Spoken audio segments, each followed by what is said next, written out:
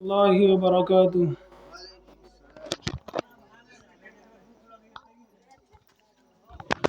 بڑی خوشی ہو رہی ہے آپ حضرات کے اس پروگرام کو دیکھ کر، اور آپ سبھی ہمت کے لائق ہیں اور داعیت کے بھی مستحق ہیں، اور ان بچوں کے پروگرام کو دیکھ کر بہت دل خوش ہو رہا ہے، بہت ہی زیادہ، جس کا کوئی جواب نہیں ہے۔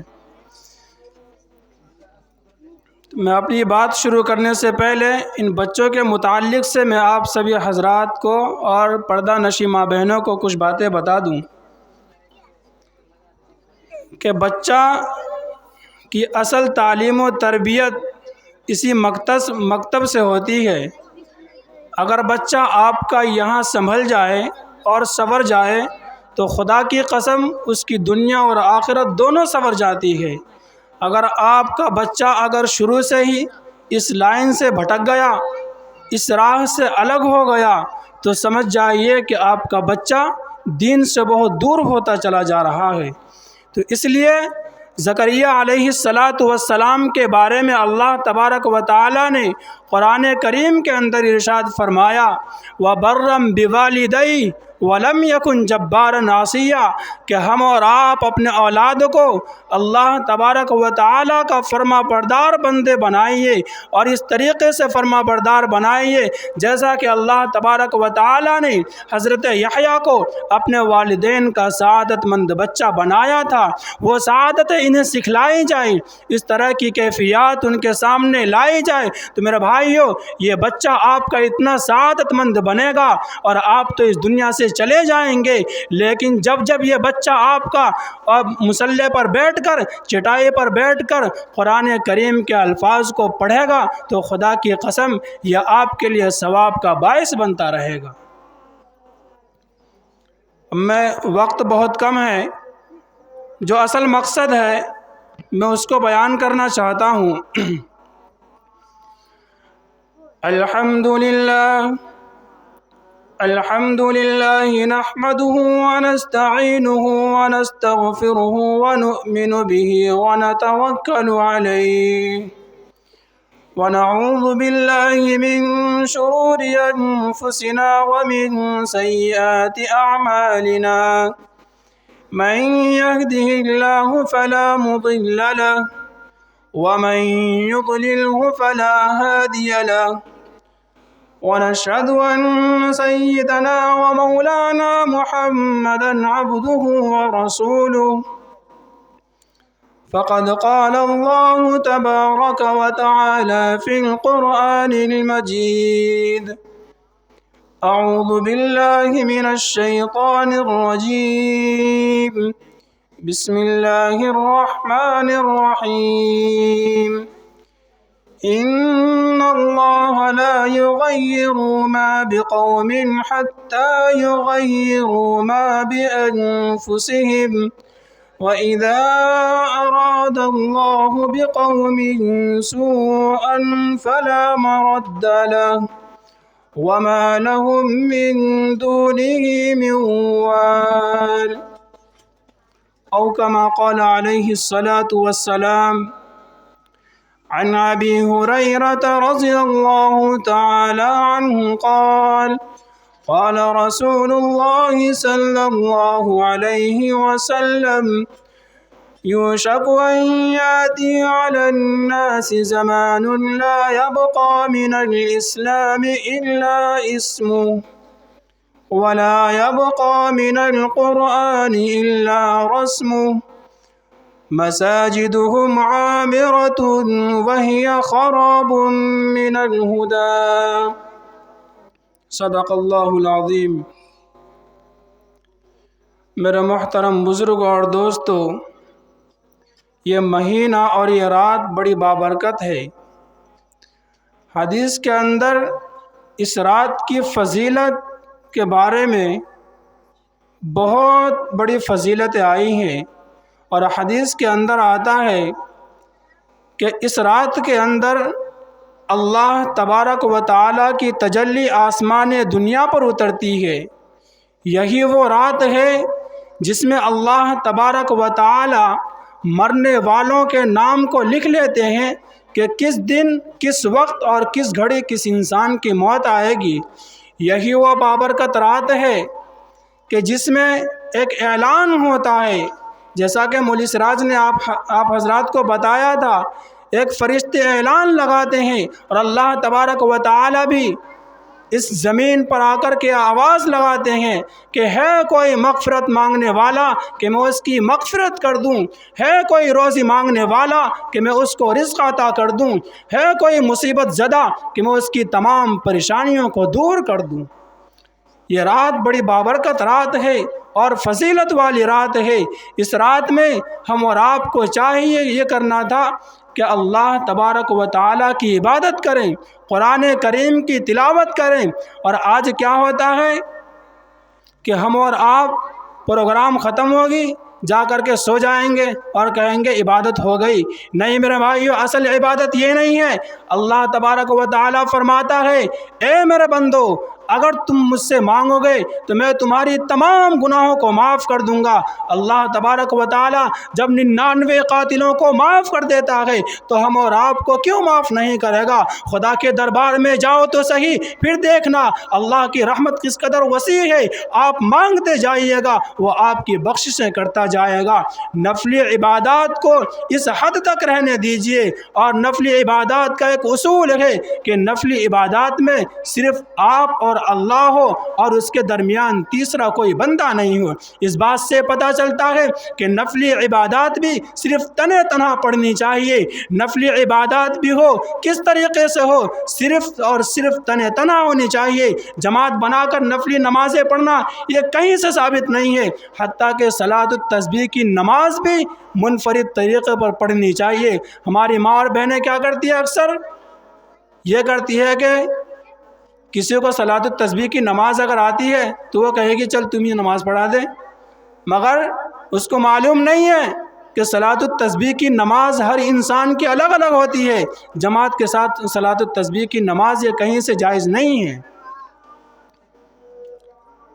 میں نے جو خطبے کے اندر آیت کریمہ تلاوت کی ہے، اس آیت کا ترجمہ یہ ہے کہ بلا شبہ اللہ تبارک و تعالی کسی قوم کو اس وقت تک محروم نہیں کرتا ہے اور کس قوم کی حالت کو اس وقت تک نہیں بدلتا ہے جب تک کہ وہ قوم خود اپنے آپ کو نہ بدل لے۔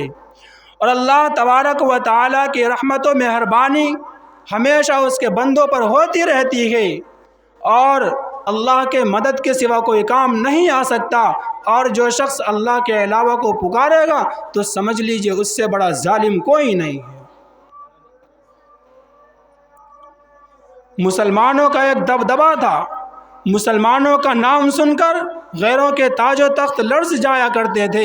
اسی کو اللہ کے نبی علیہ السلام نے ایک حدیث مبارکہ کے اندر ارشاد فرمایا کہ لوگوں کے اندر ایک ایسا زمانہ آئے گا کہ جس میں صرف اسلام کا نام باقی رہ جائے گا۔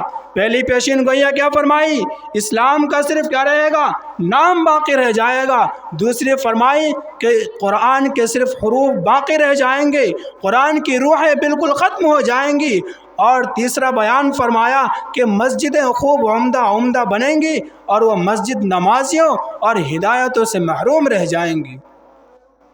تو پہلی پیشین گوئی کے بارے میں حضرت علی رضی اللہ تعالی عنہ نے فرمایا لا یبقى من الاسلام الا اسمہ، کہ اسلام کا صرف نام باقی رہے گا، اس کی روحیں بالکل ختم ہو جائیں گی۔ مسلمان اپنے اسلامی تہذیب و تمدن کو چھوڑ کر، اسلامی طریقے کو چھوڑ کر، اسلامی رہن و سہن کو چھوڑ کر، اسلامی اخلاق و کردار کو چھوڑ کر، اسلامی طریقے کو چھوڑ کر غیر کے طریقے کو اپناتے چلے جائیں گے۔ جس طرح غیر قوم کیا کرتی تھی اور اس کے فیشن کو، اس کے طریقے کو، ان کی برائیوں کو اپنے گلے سے لگا کر اس پر عمل پیرا ہو جائیں گے اور دنیا کے سامنے کہہ کر دکھائیں گے کہ ہم سے بڑا کوئی اچھا کام کرنے والا ہے ہی نہیں۔ حالانکہ مسلمانوں کو یہ باتیں معلوم نہیں ہے کہ شریعت مطہرہ ہم پر کیا چیزیں عائد کرتی ہے۔ ہم مسلمان ہیں صرف اس بات کے نہیں کہ گوشت کھانے کے لیے مسلمان ہو گئے، بلکہ مسلمان ہونے کا کیا کیا مرتبہ ہے، کیا کیا اس کو فرائض انجام دینے پڑیں گے، کیا کیا ذمہ داریاں اس کے اوپر عائد ہوتی ہے، اس کی ذرا بھی خبر نہیں ہے۔ آج کے مسلمان کا حالت یہ ہے، بلکہ مسلمان تو صحابہ تھے، صحابہ کے بارے میں پڑھیے، آپ کو معلوم ہوگا کہ ان کے ایمان کے اندر اتنی چاشنی تھی، ان کے ایمان کے اندر وہ جذبہ تھا کہ میرے بھائیو کبھی بھی وہ اپنے کسی بھی میدان میں، جنگ کے میدان میں ہو، وہ پھرتے نہیں تھے اور ہمت سے کام لیا کرتے تھے۔ آج مسلمانوں کے اندر ذرا سے بھی اگر پریشانی آ جائے تو کہتے پھرتے ہیں، اللہ سے شکایت کرتے ہیں اور دوش دیتے ہیں کہ اللہ تبارک و تعالی ہی نے تمام مصیبتیں ہمیں دے دی، مگر یہ نہیں سوچا کہ یہ مصیبتیں کیوں آئی ہیں۔ یہ سب ہمارے بدعمالیوں کا نتیجہ ہے۔ جہاں ہمیں نماز پڑھنی چاہیے تھی، روزہ رکھنے چاہیے تھا، زکوٰۃ دینی چاہیے تھی، خدا کی عبادت کرنی چاہیے تھی، ان تمام چیزوں کو چھوڑ کر دنیا میں مصروف ہو گئے، اور اسی کا نتیجہ آج دیکھ لیجیے۔ آپ دنیا کے کسی بھی کونے میں جائیے، کہیں بھی چلے جائیے، اگر وہاں بھی کوئی قوم پریشان ہے تو اس کا بھی نام مسلمان ہی ہوگا۔ آپ ایشیا کے اندر چلے جائیے، وہاں بھی اگر کوئی قوم پریشان ہے تو اس کا بھی نام مسلمان ہے۔ آپ برطانیہ کے اندر چلے جائیے، اگر وہاں بھی کوئی قوم پریشان ہے تو اس کا بھی نام مسلمان ہے۔ آپ ایشیا کے اندر جائیے، ملک کے دیگر اطراف میں چلے جائیے، جہاں بھی دیکھیے آج مسلمان کیوں پریشان ہے، یہ سب ہمارے بدعمالیوں کا نتیجہ ہے۔ نبی کے سنتوں کو ہم نے چھوڑ دیا، نبی کی سنتوں کی دھجیاں ہم نے اڑائی، نبی کی سنتوں کو سرے بازار ہم نے روندا ہے، تو یہ کیا مصیبت غیر قوم پر آئے گی؟ ایسا ہرگز نہیں ہے میرے بھائیوں۔ کیا صحابہ نے ہمیں اسی کا درس دیا تھا؟ کیا وقت کے نامور علماء نے ہمیں اسی کی تعلیم و تربیت دی تھی؟ کیا محققین و مفکرین نے ہمیں اسی کی طرف گامزن کیا تھا؟ کیا فقہائے اعظام نے ہمیں اسی کی تعلیم و تربیت دی تھی؟ بلکہ نہیں، سب نے ایک خدا کی دعوت دی تھی اور سب نے مسجود حقیقی کی بارگاہ میں سجدہ ریز ہونے کا حکم دیا تھا۔ اور جن لوگوں نے اللہ تبارک و تعالیٰ کے احکام کے مطابق اپنی زندگی گزاری تو وہ کامیاب ہو گئے۔ اور دوسری پیشین گوئیاں بیان فرمائی کہ لا یبقى من الاسلام الا رسم، کہ قرآن کے صرف حروف باقی رہیں گے، اس کی روحیں ختم ہو جائیں گی۔ کیا مطلب ہے؟ یعنی ہمارے اور آپ کے اولاد قرآن تعلیم سے دور ہو جائیں گے، قرآن کریم صرف دکھنے میں باقی رہے گا۔ اور آج کے لوگوں کا حال یہ ہے، ہمارا اور آپ کا خود یہ تجربے کی بات ہے کہ قرآن خوانی کرواتے ہیں صرف کس لیے؟ تاکہ ہمارے گھر میں برکت آ جائے۔ قرآن کریم پڑھوائیں گے گھر میں اس لیے تاکہ ہمارے کاروبار میں برکت ہو جائے۔ قرآن کریم کی قرآن خوانی کروائیں گے اس لیے تاکہ ہمارے دکان و مکان کے اندر برکت آ جائے۔ قرآن کریم پڑھوائیں گے اس لیے تاکہ ہمارے جائز اور ناجائز کاروبار میں اضافہ ہو جائے۔ جب ایسی نیتیں ہوں گی تو میرے بھائیو کامیابی کبھی بھی نہیں ہو سکتی، خیر و برکت کبھی نہیں ہوں گی، بلکہ اللہ تبارک و تعالیٰ نے جو آپ کو اولاد کی نعمت سے نوازا ہے اور آپ کو اولادیں دی گئی، آپ ان کو اچھی تعلیم و تربیت کیجیے اور گھر کے اندر ایسا ماحول بنائیے کہ قرآن کریم کی تلاوت دن کے اکثر حصے میں ہوا کرے، تو قرآن کریم پڑھوانے کی کوئی ضرورت ہی نہیں پیش آئے گی۔ اور یہ بات سن لیجئے، آپ کسی بھی بڑے عالم سے جا کر کے معلوم کر لیجئے گا کہ قرآن خوانی اس طریقے سے کروانا کہ جو بچے لوگ جاتے ہیں اور آپس میں زور زور سے پڑھا کرتے ہیں، اس میں آپ کو باتیں سمجھ میں آتی ہے اور نہ پڑھنے والوں کو سمجھ میں آتی ہے، کون غلط پڑھ رہا ہے کون صحیح پڑھ رہا ہے۔ اسی وجہ سے اس طرح کے قرآن خوانی کے اندر اس کا ثبوت کہیں سے نہیں ہے، اس لیے کہ نہ بچوں کو سمجھ میں آ رہا ہے نہ آپ کو سمجھ میں آ رہا ہے۔ اور اس کو علماء نے مروجہ قرآن شریف سے تعبیر دیا ہے کہ اس طرح کی قرآن خوانی کرانے سے دارالعلوم کا اس بات پر فتویٰ بھی آیا ہے کہ اس طرح کی قرآن خوانی کروانا ہے درست نہیں ہے۔ شعبان کے مہینے میں قرآن خوانی کا رسم و رواج کہاں سے آ گیا؟ مجھے سمجھ میں نہیں آتی بات۔ کسی علماء نے تو نہیں کہا، کیا نبی کے زمانے میں شعبان کا مہینہ نہیں آیا تھا؟ کیا صحابہ کے زمانے میں شعبان کا مہینہ نہیں آیا تھا؟ کیا بزرگوں اولیاء اللہ کے زمانے میں یہ شعبان کا مہینہ نہیں آیا تھا؟ تو ان لوگوں نے یہ رسم و رواج کہاں کیا تھا؟ جب ہم ان لوگوں نے ان رسم و رواج کو قائم کیا ہے تو ہمیں اور آپ اس رسم و رواج کو ختم بھی کر سکتے ہیں۔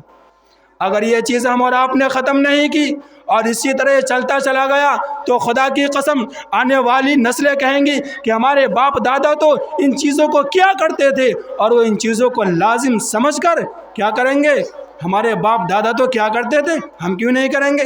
حالانکہ دین کا حصہ نہیں ہے، اس کو دین کا حصہ سمجھ کر کے کرنا یہ بالکل جائز نہیں ہے۔ اور اسی طریقے سے شعبان کا چاند نظر آتا ہی لوگ پوچھتے ہیں کہ شب برات کب ہے، شب برات کب ہے، مگر لوگوں کو یہ باتیں معلوم نہیں ہے کہ شب برات کے رات میں ہمیں کیا کرنی چاہیے، کس طریقے سے عبادت ہوگی۔ ان چیزوں کے بارے میں لوگوں کو کچھ معلوم ہی نہیں ہے، بس یہ باتیں معلوم ہے کہ ہمیں حلوہ پکانا ہے، قبرستان سجانا ہے، اور جا کر کے چراغاں کرنا ہے، مسجدوں کو سجانا ہے، اور مرغا اور چاول بنانے ہے۔ میرے بھائیو، یہ سب چیزیں بھی پکانا اس نیت سے کہ آج شب برات ہے، آج ہماری عید ہے، بالکل بدعت ہے۔ میں کھلے طور پر کہنا چاہتا ہوں کہ علماء نے اس کے بارے میں کہیں سے اس کا ثبوت نہیں لکھا ہے، اور اس کے بارے میں حدیث کے اندر بھی تائید آئی ہے کہ ایسی چیزیں سمجھ کر کرنا، عبادت کی نیت سے اس کو سمجھ کر کرنا کہ آج کائے کی رات ہے، عید کی رات ہے، لہٰذا یہ سب چیزیں کرنا، قرآن خوانی جا کر کے قبرستانوں کو چراغاں کرنا، مسجدیں سجانا، حلوہ پکانا، یہ سب دیگر خرافات کی چیزیں کرنا، ان سب چیزیں بالکل بدعت ہے، اور بدعت ایک ایسا گندا گناہ ہے اور عجیب ترین گناہ ہے۔ اس کو اللہ تبارک و تعالیٰ نے قرآن کے اندر ارشاد فرمایا، ان اللہ لا یغفر ان یشرک بہ ویغفر ما دون ذلک لمن یشاء، کہ بے شک اللہ تبارک و تعالیٰ شرک کرنے والوں کو کبھی معاف نہیں کرے گا۔ آج اسی رات میں سے ایک رات ہے کہ اللہ تبارک و تعالیٰ اس رات میں تمام گنہگار بندوں کو معاف تو کر دے گا، لیکن 3 شخص ایسا ہوگا جس کو کبھی معاف نہیں کرے گا۔ ایک کون ہے؟ جو لوگ بدعت اور شرک کیا کرتے ہیں۔ نمبر 2، والدین کا نافرمان ہے، جو اپنے والدین کے ساتھ بدسلوکی کیا کرتے ہیں اور اس کے ساتھ گھناؤنی حرکتیں کرتے ہیں میرے بھائیوں۔ اور تیسرا شرابی ہے، جو شراب نوشی کا عادی بن چکا ہو۔ ان 3 لوگوں کی اللہ تبارک و تعالیٰ نے اس فضیلت والی رات میں بھی بخشش کا دروازہ بند کر رکھا ہے۔ بتائیے، یہ سب چیزیں ہم اور آپ کرتے ہیں اور ہمیں معلوم ہی نہیں کہ یہ سب چیزیں جائز ہے نہیں ہے، ان سب چیزوں کے بارے میں ہمیں معلوم ہی نہیں ہے۔ اگر آپ لوگوں کو امام صاحب بتائیں گے تو کہیں گے پتہ نہیں کہاں سے لے کر کے آ رہا ہے۔ آپ کسی بھی عالم سے جا کر کے پوچھ لیجئے، اگر وہ اس بات کی اجازت دے دیں تو پھر آپ مجھ سے آ کر کے باتیں پوچھیے گا کہ مولوی صاحب آپ نے تو غلط کہا تھا۔ انشاءاللہ اللہ کی ذات سے امید ہے کہ کوئی بھی علماء جو اس بات کا قائل نہیں ہوگا کہ ہاں اس رات میں یہ سب کرنا صحیح ہے، اس بات کا کوئی بھی قائل نہیں ہوگا۔ میں آپ لوگوں سے پوچھنا چاہتا ہوں کہ یہ رات اتنی فضیلت والی رات ہے، صحابہ کے زمانے میں بھی آیا لیکن انہوں نے کبھی چراغاں نہیں کیا۔ یہ رات صحابہ کے زمانے میں آیا لیکن کبھی انہوں نے قبروں پر جا کر چراغاں نہیں کیا۔ یہ رات صحابہ کے زمانے میں آیا لیکن انہوں نے کبھی مسجدوں کو سجایا نہیں۔ یہ رات صحابہ کے زمانے میں آیا لیکن انہوں نے کبھی پٹاخے اور آتش بازی کبھی نہیں کی ہے۔ اور ہم اور آپ کا حالت یہ ہے کہ اس رات میں توبہ کرنے کے بجائے گناہوں پہ گناہ کیے جاتے ہیں اور اپنے نامہ اعمال کو سیاہ کرتے چلے جاتے ہیں۔ اس رات میں بلکہ انعام کی رات ہے، انعام کو لوٹنے کے بجائے ہم اور آپ انعام سے محروم رہ جاتے ہیں۔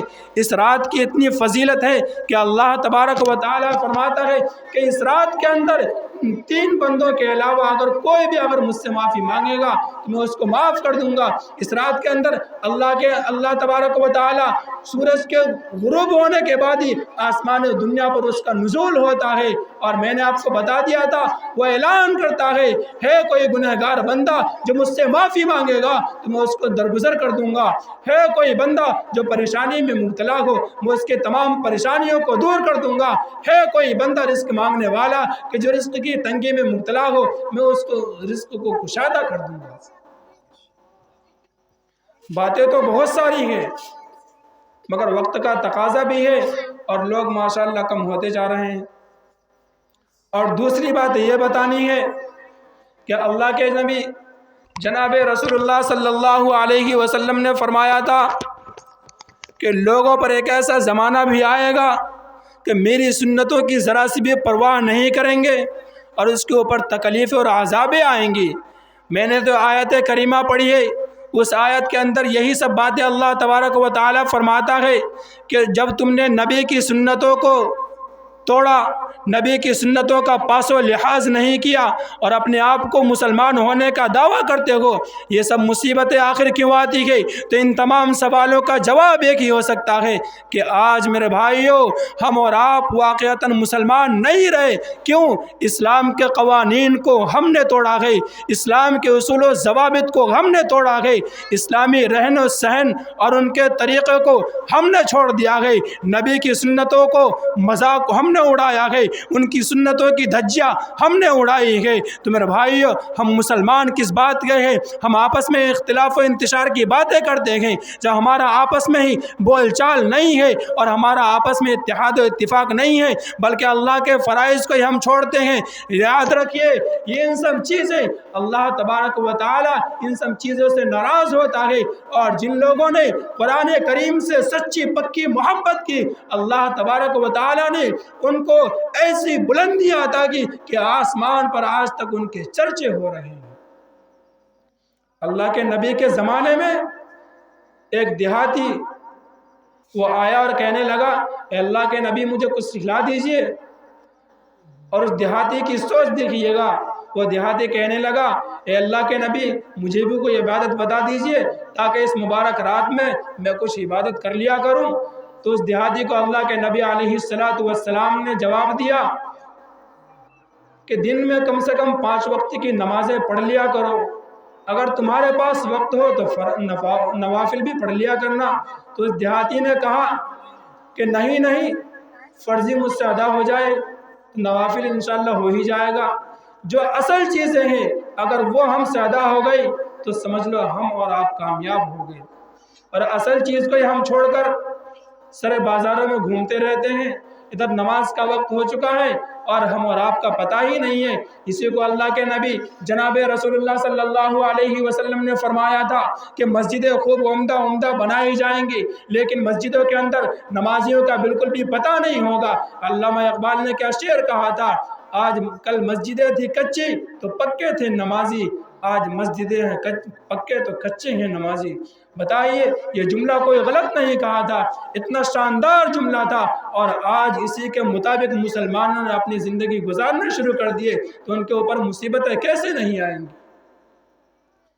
اور پھر کہتے ہیں کہ ہم دعائیں کرتے کرتے تھک جاتے ہیں، ہماری دعائیں قبول ہی نہیں ہوتی ہے۔ ارے قبول بھی کیسی ہوگی جس قرآن کریم کو پڑھ کر اس قرآن کریم کے مطابق زندگی گزارنی تھی، اس قرآن کریم کو تم نے الماریوں میں بند کر کے رکھ دیا، الماریوں کی زینت بنا دیا۔ جس قرآن کریم کو پڑھ کر اس کے مطابق زندگی گزارنا تھا اس کو تو تم نے مردوں کا کلام بنا دیا۔ یہی وہ قرآن شریف جس کو پڑھ کر ہم اور آپ اپنی عملی زندگی میں لا سکتے تھے، اسی قرآن کریم کے آیات کو تعویذ بنا کر اپنے گلوں میں ڈال لیتے ہیں تاکہ ہماری مصیبت سے حفاظت ہو جائے۔ یہی وہ قرآن کریم جنہیں ہم اور آپ پڑھ کر کامل زندگی گزارنے والے بن سکتے تھے، آج انہیں قرآن کریم کو خوبصورت غلافوں میں بند کر کے الماری میں ڈال دیتے ہیں اور گھر کی زینت بنا لیتے ہیں۔ تو بتائیے اللہ کا عذاب نہیں آئے گا تو اور کیا ہوگا؟ اللہ کا عذاب نہیں آئے گا تو پھر کیا آئے گا؟ اللہ کا عذاب ایسے لوگوں پر ہی عذاب آتا ہے۔ اور آگے فرمایا کہ ہماری دعائیں قبول ہی نہیں ہوتی ہے۔ ارے کیوں نہیں ہوتی ہے؟ یہی وجہ ہے کہ جب تم نے نبی کی سنتوں کو چھوڑ دیا، قرآن کریم کی تلاوتیں چھوڑ دی، قرآن کریم کو پڑھنا چھوڑ دیا، قرآن کریم کو رسم و رواج بنا کر تم پڑھنے لگے، قرآن خوانی رسم و رواج بنا کر کرنے لگے، اور قرآن کریم کی آیتوں کو تعویذ بنا کر گلے میں ڈالنا تم نے شروع کر دیا، قرآن کریم کو بند کر کے الماری کی زینت بنا کے رکھ دیا، قرآن کریم کو گھروں میں اس لیے رکھا ہے تاکہ ہمارے گھر کی چوروں اور ڈاکوؤں سے حفاظت ہو جائے، اور پھر کہتے ہیں کہ ہماری دعا قبول نہیں ہوتی ہے۔ ان تمام وجوہات کی وجہ سے ہماری اور آپ کی دعا کبھی بھی قبول نہیں ہوگی۔ اگر ہم اور آپ ان تمام چیزوں کو چھوڑ کر قرآن کریم کے مطابق زندگی گزارنے لگیں گے تو سمجھ لیجئے ہماری اور آپ کی دعا بھی قبول ہو جائے گی اور ہماری اور آپ کی زندگی بھی سنور جائے گی۔ اور اسی وجہ سے آج مسلمانوں پر نہ جانے کیسے کیسے حالات آ رہے ہیں۔ ترکی کے اندر جا کر دیکھیے اور وہاں کا جائزہ لیجئے، مسلمانوں پر کس طرح عذاب آیا۔ وہاں اللہ تبارک و تعالیٰ نے ایسے زلزلے سے وہاں کے لوگوں کو دہشت کر دیا کہ وہاں کے لوگ حیران و پریشان ہیں۔ کیوں؟ یہی ہوا کرتا تھا، ان لوگوں نے زنا کرنا شروع کر دیا، نبی کی سنتوں کو توڑا، اللہ کے احکام کو چھوڑا، تو اللہ تبارک و تعالیٰ نے ان کو ایسے عذاب میں مسلط کیا کہ ان تمام کو نیست و نابود کر دیا۔ اسی طرح سیریا کے اندر جائیے، مسلمانوں کے کون ایسے مکانات نہیں ہیں جس پر بندوق کی گولی کی نشان نہ ہو۔ ان تمام وجوہات کی وجہ سے کہ اللہ کے نبی علیہ السلام کی سنتوں کو ہم نے چھوڑ دیا، قرآن کریم کی تلاوتیں ہم نے چھوڑ دی، بچوں کی تعلیم و تربیت بھی ہم نے چھوڑ دی، اور اللہ کے نبی کی سنتوں کو بھی ہم نے چھوڑ دی۔ انہی تمام وجوہات کی وجہ سے آج مسلمانوں پر عذاب آ رہا ہے۔ اور یہی بچے جو قرآن کریم کی تعلیم دیتے ہیں، اگر یہی آگے چل کر کے اگر آپ کو دو چار باتیں دین کے متعلق سے بتائیں گے تو آپ کہیں گے کہ تو مجھے نئی نئی باتیں بتا رہا ہے، اور ہمارے باپ دادا نے جو پہلے کیا تھا وہ سب کہاں چلی گئی؟ آپ کے باپ داداؤں نے جو کیا ہوگا وہ بالکل حقیقت بات نہیں ہوگی، بلکہ آپ نے ان سے نہ تحقیقات کی ہوگی۔ اور ان کے یہاں پڑھانے کے لیے باضابطہ ایک مولوی ہوتا ہے اور ان سب کو تعلیم دیتا ہے درست اور صحیح کی۔ اور میرے بھائیوں، اپنے اولاد کی اچھی تربیت کیجیے اور اپنے اولاد کی نبی علیہ السلام کی سنتوں کے مطابق خود بھی زندگی گزارنے کی کوشش کریں اور اپنے اولاد کو بھی اسی سنتوں میں ڈھالنے کی کوشش کیجیے، تو ہمارے اور آپ کی دنیا اور آخرت دونوں سنور جائیں گے۔ آج مسلمانوں پر طرح طرح کے حالات آ رہے ہیں، مسلمان ماں اور بہنوں کی بیٹی اور ماں اور بہنوں کی عزت و آبرو محفوظ نہیں ہے، مسلمانوں پر کیسے کیسے مظالم ڈھائے جا رہے ہیں، یہ انہی تمام بدعمالیوں کا نتیجہ ہے۔ اللہ تبارک و تعالیٰ سے دعا ہے کہ اللہ تبارک و تعالیٰ ہم اور آپ کو اس رات کی قدر کرنے کی اور نفل عبادت کرنے کی توفیق عطا فرمائے، اور قرآن کریم کو سمجھ کر اور اس کو پڑھ کر اپنی عملی زندگی میں اور اس کو قرآن کریم کے مطابق اپنی زندگی گزارنے کی توفیق عطا فرمائے۔ وما علینا الا البلاغ۔